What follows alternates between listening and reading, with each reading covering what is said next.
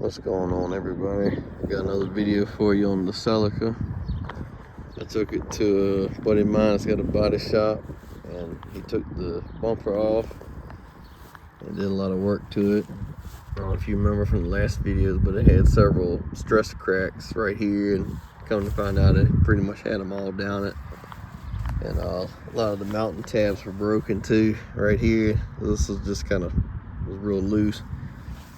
And so you had like a bolt or two there, and then you had several across here holding it on, and then a couple on this side. And that means the bottom of it was real loose and was just kind of flapping like this going down the road, so it just caused a lot of damage.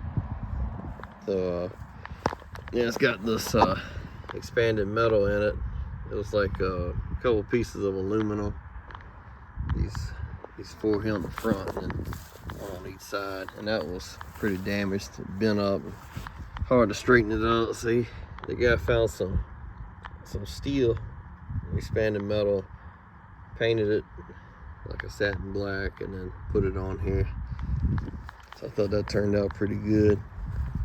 So then he painted it, and you can't tell at all, but he painted the front half of the fender, and it just blended it into the back and clear coated the fender, the bumper, and he even sanded the headlights and clear coated these.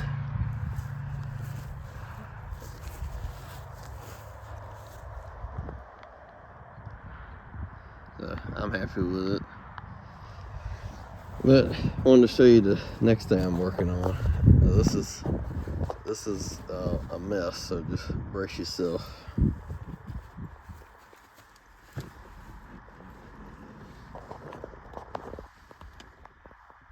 It's not as bad as it looks. What I did was I took the old radio out. I should have showed you before I disconnected it.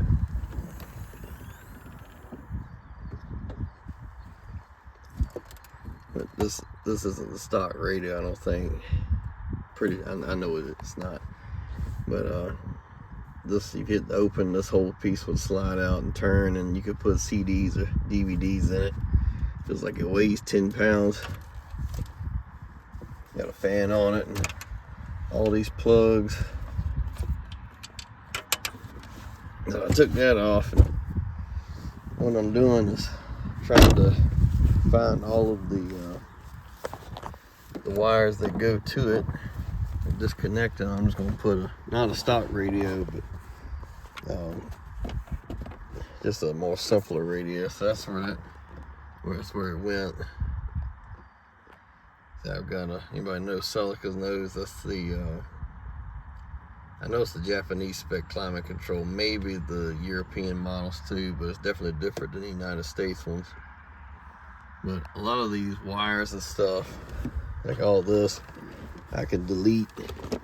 Like it had, I guess that's a Panasonic radio, but it had this.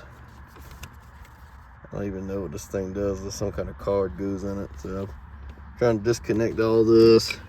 There was a speaker here mounted at the top of the windshield. So still trying to, some of the stuff is tapped into the original wiring, so I got to be careful with that. You got this module here, I don't know. I ain't got a clue what it goes to. So I'm taking the A-pillar covers off, this cover. I just had that big piece there off. And there's just wires that don't go to anything, so I don't really feel too bad removing them, because it's everything on the car works. Like this is one of them. I had to take that kick panel off to get to this, and I mean it was just like this. It was just rolled up, and I traced that back, and it's this wire, and it goes up into the headliner. So I'm having to take all this stuff. Take this out to try to find it, and I'm just having a time with it. Here's another thing.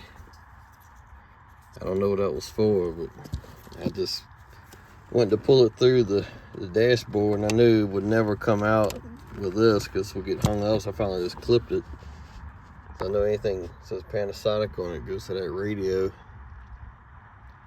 and I can pretty well tell what's stock. I mean, this right here is stock, that goes to the clock right here, but anything with those red connectors, I know they're, I mean, that's a bread tie right there. So I don't know what I'm really dealing with somebody else's stuff. Like this is some kind of cup holder. I mean, if those two ain't enough, I don't know what to tell you. But I might put that on there. That's not gonna hold much anyway. I mean, you might can hold a soda can in it.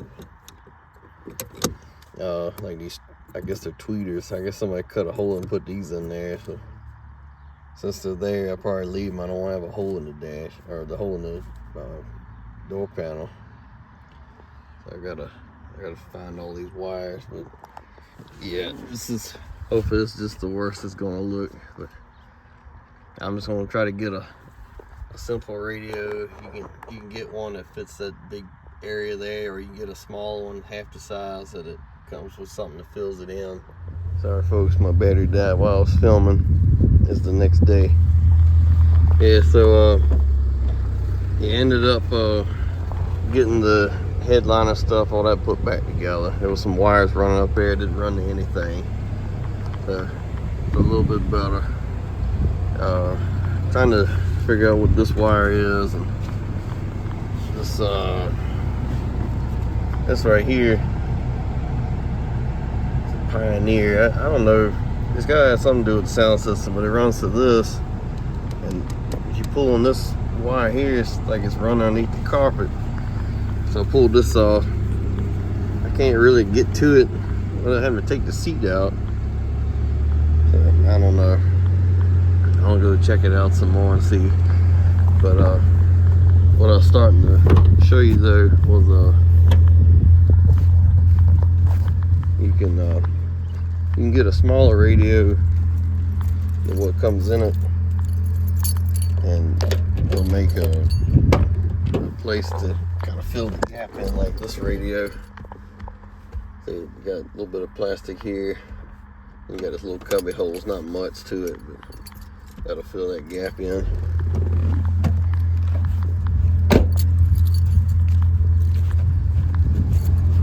Well, this is what I pulled out of it so far.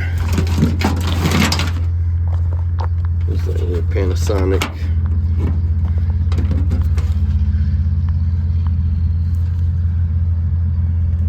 It had some kind of card or something in it, but it wasn't running to anything. And I'd find something like this. The pigtail was behind the kick panel, wasn't hooked to anything. And this was the other end of it. It was up in the headline. I had to cut it just to make it easy to get it out of there. None of this was hooked to anything. So I didn't feel so bad taking this out. That was pretty easy. Man, I'm gonna keep on messing with it, give you an update on it. Thanks for watching.